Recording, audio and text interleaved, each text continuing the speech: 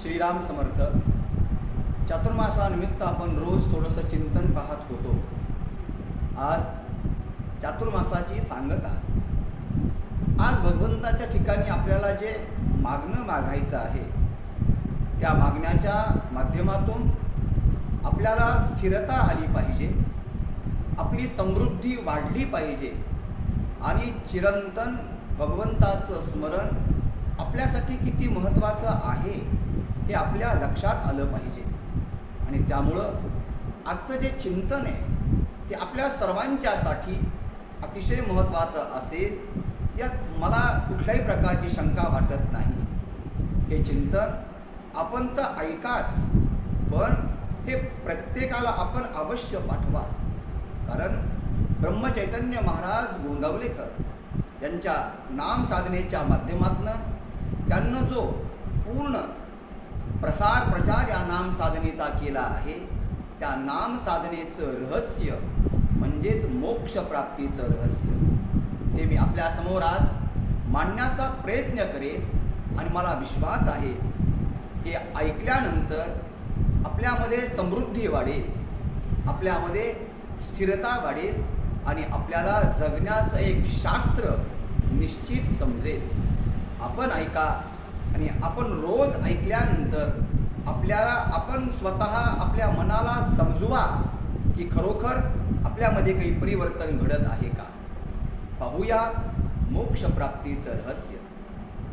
सद्गती आणि परमपदाची प्राप्ती व्हावी अशी ज्याची खरी तीव्र इच्छा असेल त्यांनी सदा सर्वदा अखंड रामनामाचे स्मरण करावे. श्रीरामाची निष्काम आणि दंभविरहित भक्ती करून कृतार्थ व्हावे.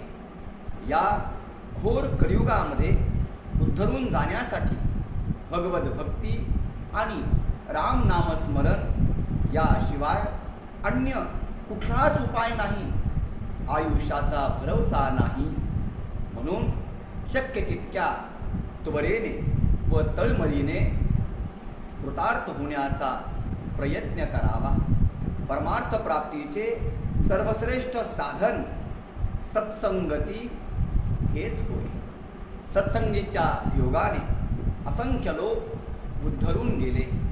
भूतदया, क्षमा, शांती, विवेक, वैराग्य, समाधान, प्रवृत्ती मार्गाचा त्याग, निवृत्ती मार्गाचे आचरण इत्यादी अनेक गोष्टी सत्संगाने अनायासे प्राप्त होतात. आणि कामक्रोधादी षड्रिपू परमार्थाला विघातक असे दंभ अहंकार आपोआप लयास जातात. सत्संगाचा महिमा खरोखर अपार आहे. संतांच्या संगतीत सदैव भगवत चर्चा, भगवत गुणसंकीर्तन, रामनामस्मरण आणि सदुपदेश चालत असल्यामुळे त्यांच्या सान्निध्यात राहणाऱ्यांच्या कानी हेच पडत राहते आणि त्या योगे त्यांचे चित्त परमात्म्याशी तद्रूप होऊन जाते. विषयासक्त वृत्तीने बंधन निर्माण होते, तर वृत्ती भगवंताकडे लावल्याने मोक्ष लाभ होतो. वृत्ती विषयासक्त न होण्यास भगवंताचे अनुसंधान हाच एक उपाय आहे. उठता बसता, जाता येता सर्व देह व्यापारात आणि झोपेत सुद्धा अखंड रामनामस्मरण चालू असावे. रामनामाचा विसर पडून वृत्ती विषयासक्त होण्यास सवडच देऊ नये.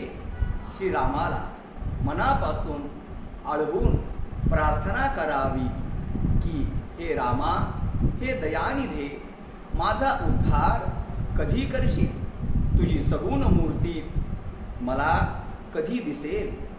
रामा, मला त्वरित दर्शन दे. तुझ्या विना मला चैन पडत नाही. रामा, मी परम पापी आहे. माझ्यासारखा वाईट जगात कोणीही नाही. हे दयानवा, या भवसागरातून मला शीघ्र पारणे, मला संतती संपत्ती इत्यादी ऐहिक अशाश्वत सुख काहीच नको. मला तुझ्या चरणी दृढ भक्ती दे. माझ्या जिव्हाग्री नेहमी तुझे नाम वसो. माझे कान तुझी कथा ऐकोत. माझी मस्तक तुझ्या चरणी नत असो. माझ्या हातांनी तुझी पूजा घडो. माझ्या पायांना तुझी प्रदक्षिणा घडो. रामा, मी अनन्य, मी अज्ञानी आहे, मी विवेकशून्य आहे. तूच माझ्या हृदयात वसावे आणि तुझ्या चरणी मला प्रेम उत्पन्न होईल असे करावे. श्रीरामा, तुझ्या वाचून मला कोणाचा आधार नाही. मला माता पिता जीवलग सर्व तूच आहेस.